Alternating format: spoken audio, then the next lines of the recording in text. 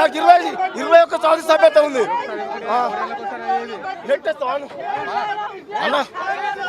ఉద్యమకారులకు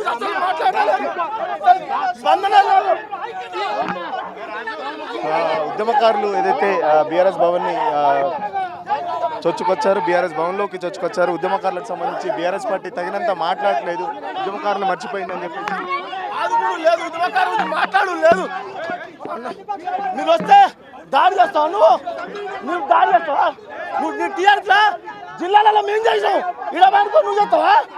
ఎమ్మెల్యేలు గెలిపించావు, ఇరవై ఉరికొత్తులు మళ్ళీ వస్తావు, చూస్తా.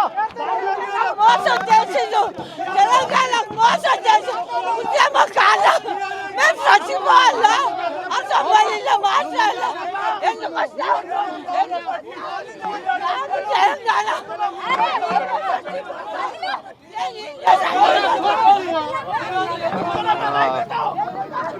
ఉద్యమకారులకు బీఆర్ఎస్ పార్టీ అన్యాయం చేస్తుండు అంటూ ఒకటిసారిగా తెలంగాణ భవన్లోకి ఉద్యమకారులు అయితే చొచ్చుకొని వచ్చిన పరిస్థితి. పోలీసులు వాళ్ళు వెంటనే భవన్ నుంచి బయటికి పంపించేశారు. సో ఉద్యమకారులకు బీఆర్ఎస్ పార్టీ అన్యాయం చేస్తుంది సంబంధించి బీఆర్ఎస్ ఏదైతే ఉద్యమకారులకు సంబంధించి మన అసెంబ్లీలో కూడా మాట్లాడలేదు. ఉద్యమకారులు చాలామంది తెలంగాణ కోసం అమరులయ్యారు అని చెప్పేసి కూడా తెలంగాణ భవన్ చుట్టుముట్టారు. మాట్లాడించే ప్రయత్నం చేద్దాం. ఏంటమ్మా, ఎక్కడి నుంచి వచ్చారు మీరు? తెలంగాణ పార్టీ ఆఫీస్ బంద్ చేయాలి. తెలంగాణ ఉద్యమ నాయకురాలు, నా పేరు సాజిదా సికందర్. 150 కేసులు, 2 సార్లు జైలుకు పోయించిన నాకు ఈరోజు అసెంబ్లీలో ఏ ఒక్క టీఆర్ఎస్ పార్టీ నాయకులు మాట్లాడారు. ఎందుకు మేము గుర్తురాలేమా? మేము నాశనం కాలేమా? మా బిడ్డలు చచ్చిపోయింది, 1200 విద్యార్థులు చచ్చిపోయింది. తెలంగాణ వచ్చింది, తెలంగాణ వచ్చిన ప్రభుత్వం కాంగ్రెస్ పార్టీలో ఉంది కదా, ఇక్కడికి వచ్చి ఏం చేస్తున్నారు మరి? ఎందుకు అసెంబ్లీలో మాట్లాడాలి?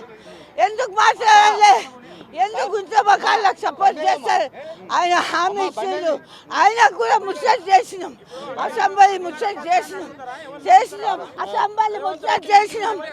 500 మంది మీరు అసెంబ్లీలో పార్టీ చూసి ఎందుకు మాట్లాడాలి? ఉద్యమకారుల గురించి ఎందుకు మాట్లాడాలి? మేము అది కోపం లేదు, మన టీఆర్ఎస్ పార్టీ మాట్లాడొద్దా? మాట్లాడొద్దా?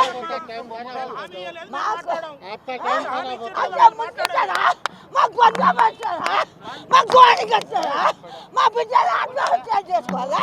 సిగ్గులేదని చెప్పడానికి మా దానమది, మా భిక్ష తెలంగాణ, మా విద్యార్థి ఆత్మ బలిదానం. 1200 మంది చచ్చిపోయింది, ఆత్మ బలిదానం. ఉద్యమకాలు నేను పాలమూరు జిల్లా, నేను మలకపేట నుంచి వచ్చిన వర్షం అనుకుంటున్నా. ఉద్యమంలో నాశనం అయిపోయినాము, ఉద్యమంలో మాకేం లేదు. 150 కేసులు. ఎందుకు వచ్చినామా? ఈ పార్టీ అసెంబ్లీలో మాట్లాడాలి, ఉద్యమకారుల గురించి మాట్లాడాలి కదా, అసెంబ్లీలో కూర్చున్నారు కదా, మాట్లాడాలి కదా. ఎందుకు మాట్లాడుతున్నారు? అధికారులు ఉన్న ముచ్చట చేసినాం, అసెంబ్లీ ముచ్చట చేసినాం. కవితమ్మ మాట్లాడింది, విజయశాంతి మాట్లాడింది, కోదండ మాట్లాడిండు. కానీ టీఆర్ఎస్ పార్టీ మాట్లాడుతుంది. ఎందుకు మాట్లాడలేదు? ఎందుకు మౌనం? భిక్ష మేము ఇచ్చినాం, ఉద్యమకాలు ఇచ్చినాం, ఆత్మ బలిదానాలు చేసి ఉద్యమ వీరులు ఇచ్చినాం. మా భిక్ష తెలంగాణకి మేనిఫెస్టో పెట్టిండు రేవంత్ రెడ్డి, అసెంబ్లీ ముచ్చట చేసినాము. మేము గోలి కట్టాము, చుట్టూ ముచ్చు ఉద్యమకాలు నదిమా మరి తెలంగాణ అమర వీరులు. ఉద్యమకారుల సమస్యలకు సంబంధించి అసెంబ్లీలో కానీ ఇటు ఎమ్మెల్సీలో కానీ బీఆర్ఎస్ పార్టీ తగినంతగా మాట్లాడలేదు. మొన్ననే ఎమ్మెల్సీలో విజయశాంతి మాట్లాడింది, గతంలో కోదండరామ్ కూడా మాట్లాడిండు.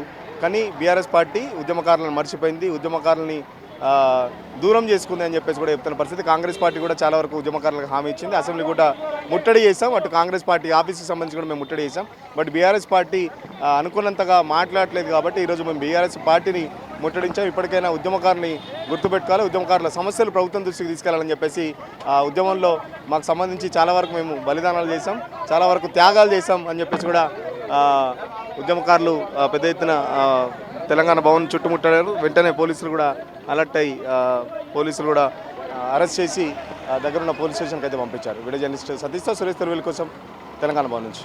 అసలైన తొలి వెలుగు. ఫాలో వాట్సాప్ @తొలి వెలుగు official.